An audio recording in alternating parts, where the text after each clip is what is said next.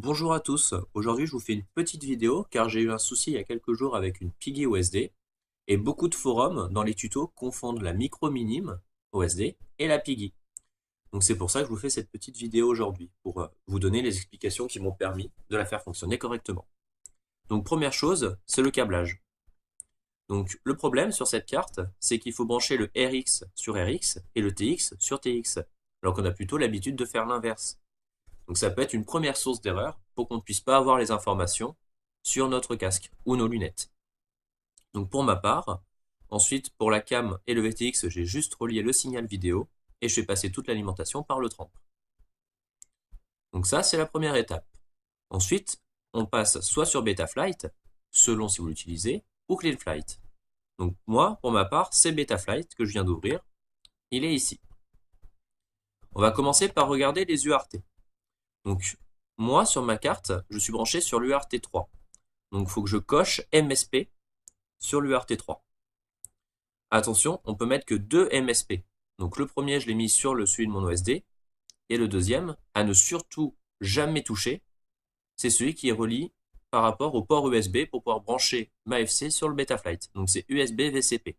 Il ne faut jamais, jamais le décocher.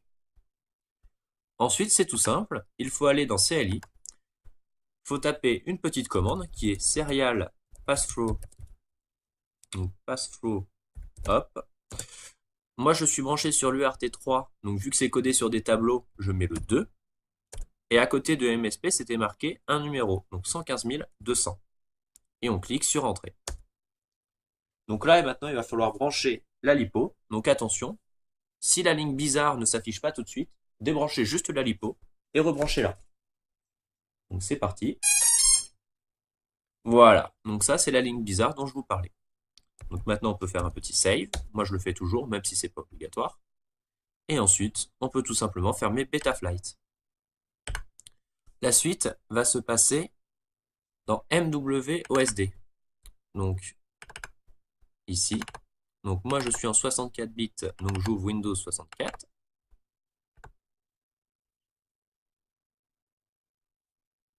Voilà.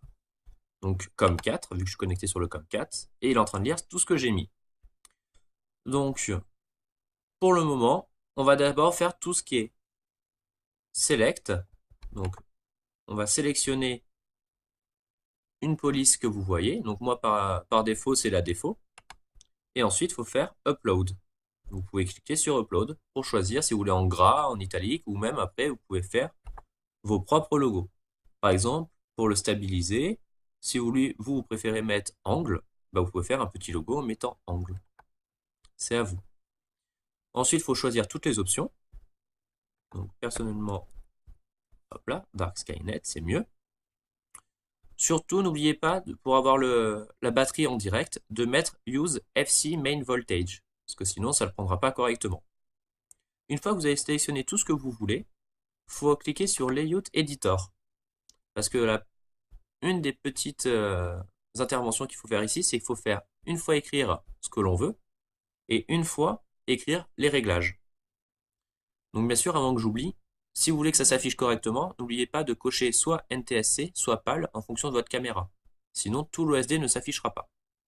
Donc moi, je suis en PAL, j'ai corrigé mon erreur. Donc ensuite, je veux écrire tout ce que j'ai mis au niveau de la disposition. Donc je fais un premier write, qui est ici. Donc j'ai plus qu'à attendre sur le côté que ce soit à 100%. Voilà. Et une fois que ça c'est fait, vu que tous mes réglages me conviennent, je fais un écrire ici aussi. Et pour finir, il n'y a plus qu'à faire close com. On débranche la lipo. Et on déconnecte du PC. Maintenant, je vais vous envoyer une photo de ce qui s'affiche dans mon casque.